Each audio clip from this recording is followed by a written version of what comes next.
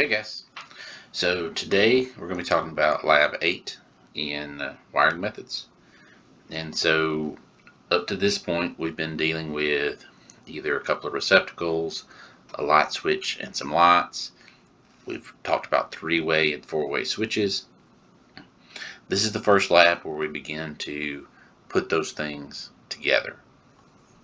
And so what I mean by that is everything that you're going to do from here on is going to basically be taking the things we've already learned and combining them.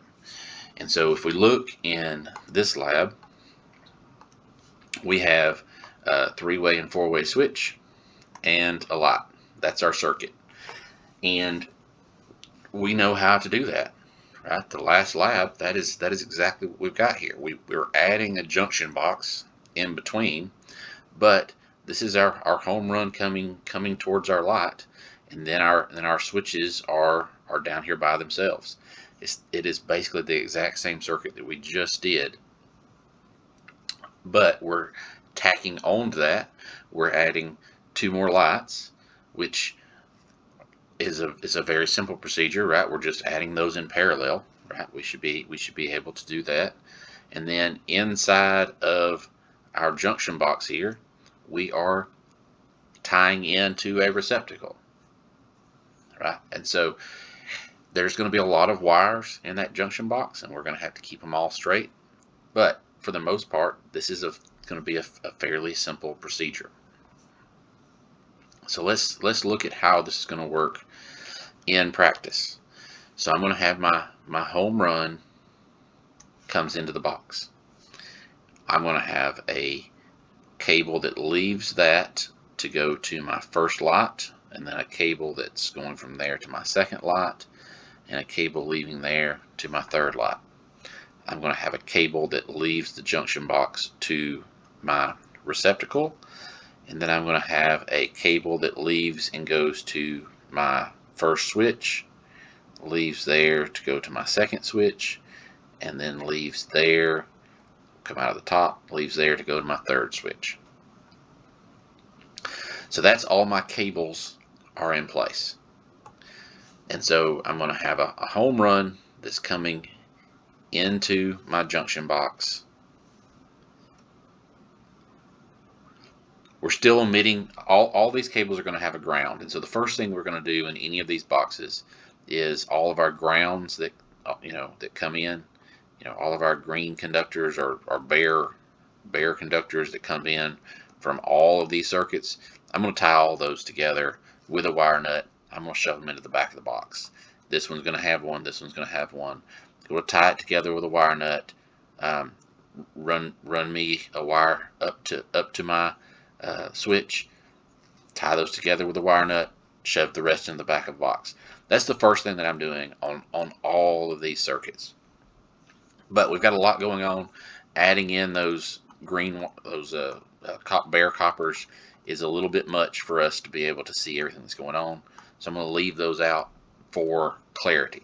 Just remember, our grounding conductor should be connected to all of our devices. So we've got our power, and our neutral comes into our first junction box. Well, the first thing I can do here is I know that what do I need to tie my neutrals to, right? Let's get the we're not breaking the neutral. Any of these circuits that we design, we're always putting our switches into the hot. We're not breaking the neutral. So I know that I'm going to have a neutral that comes over to my receptacle. We can tie that in. I know that I have to have a neutral that goes up to my lighting circuit, so I can tie that in. And I know that I have to have a neutral that comes down to my first box, so I can tie that in. And that one just gets a wire nut on it because it's not going to be used. It's going to get shoved into the back of the box.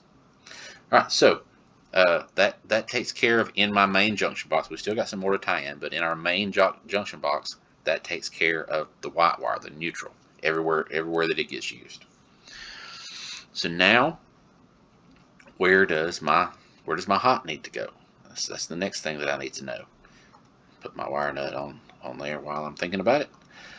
Well, I know that my receptacle over here, it's going to need a permanently hot wire attached to it. So we've got that tied in. Where else? Well, I'm not going to run a permanently hot wire, a permanently ungrounded conductor up to my lights, because I only want those to come on when my switches are activated.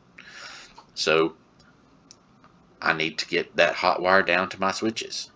So we're going to come down our cable here and come up into the box with our switches. However, just as we did last time, I want to get power to the far end of this circuit, and then we'll work our way back. Right? We're gonna get to the far end of the circuit with our power, and then we're gonna come back through them and wire back towards our light. That is the easiest way to accomplish this goal. It's going to allow us to use our white wire that is no longer being used as a neutral. Right? I don't need a neutral between these other two. It's going to allow us to use that white wire to carry power to the far end of the circuit. So that's what we're going to do. I'm going to take that white wire. I'm going to attach it to my permanently hot wire. I'm going to carry it into this box, where I'm going to tie it into the white wire for this circuit, and then it is going to get tied to the common screw of my three-way. Right? Power always leaves on the common screw, that black screw of the three-way. It comes in on it, it leaves on it. Now, if I'm going to use that white wire, I do have to permanently re-identify it as a current carrying conductor by either using a marker or black tape in all of the boxes, not just at the ends, but everywhere that it's at. I have to re-identify that. And we're going to tie those together with wire nuts here. So what does that leave me with? Well, now I've got my travelers. So we've got our neutral, we got our power all the way to one end. So now I'm going to come back with my red wire.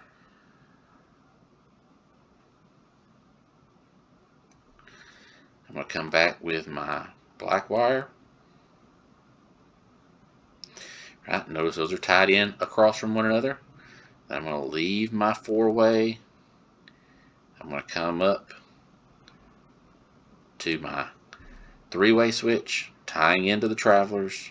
My travelers are tying in on all of these.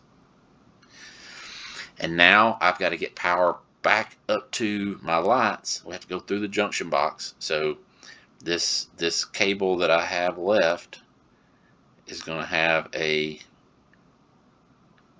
red wire in it as well. That's going to come up into my junction box.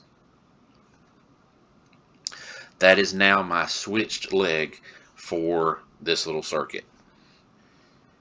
Get that where you guys will be able to see the whole thing. So all that remains is I'm going to tie in the black wire from this first light down this circuit, down this cable, and it gets tied in right there with using a wire nut. Wouldn't be using red wire nuts here, right? We've only got there's only a couple of conductors there. Now then, all of my switches control that first light, and so all that's left of the circuit is now I am tying in another conductor to power the next light, and then it goes up to power the next light. These are just in parallel. We're going to tie into this light, and then we're going to tie into this final light. And now all of our lights are powered by the switch leg. My receptacle is powered all the time. And all that we did was we just took those separate circuits and we just combined them. These are all things that you've already done. We added in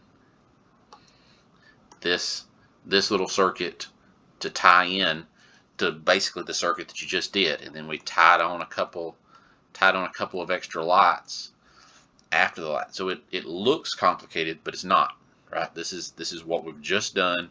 We're just adding a few pieces in. It's just a matter of keeping your wire separated in this junction box so that you don't get confused. I'll remove all those so that you guys can see it. So that's our step-by-step there. You guys are going to have an exam on this, right? You should be able to combine these different things in different ways. You should be able to look at it before I've drawn all the wires in and be able to draw it yourself from, not from memory, right? We're not trying to memorize each of these scenarios that we've drawn in the packet, because these aren't all the scenarios that you could run into, right? We're trying to develop a sense of creating a circuit and working our way through that circuit, right? What do I need to do to create this circuit, right? If I have 3 switches, I need to get power into one side so that I can get power out the other side. And the easiest way to do that is, if I have 3 switches and I have a light, I want to work my power back towards my light. So if my power is brought in here, I need to get power to this end. If my power is brought in here, I need to get power to this end. If power is brought in here, I need to get power to this end and then work my way back to the light. And so if I can get my power to the common screw, the power in screw of that farthest 3-way switch, then I can work my way back towards the light so that we have everything that we need in that circuit. And so, when we're adding a junction box or something into this circuit somewhere, it may call for us to add some other things. And so we have to be able to visualize that and be able to hook that up. Because if, when we wired this up, I drew the neutral into all the places. I'm not going to, when I'm in a room, hook all the neutrals up in a room and then go back and hook up all the hots in the room and then go back up and go jump from one switch box to the other. I need to be able to kind of visualize it enough. I may have to, if it's a complicated one, I may have to sketch it onto the back of a napkin or onto a piece of paper, and then I'm going to work my way through, one box at a time, right? I'm going to hook up in the junction box, and then I'm going to hook up the receptacle, then I'm going to hook up each of the 3-way switches, and I'm going to go hook up each of the lights. And so I'm going to go through and do, I'm going to wire everything there is to wire in each box as I go along. So I need to be able to kind of visualize the process, and like I said, you might have to sketch it to make sure you get it right. But you should be beginning to be able to figure out how to draw all these without looking back at a video or without looking back at a previous iteration that you've drawn. You should be able to, if I hand you one of these, for you to be able to draw it without help. So just be preparing for that, right? Because as I said, you guys are going to have a test. You will have a test where you have to do a little bit of that as we continue.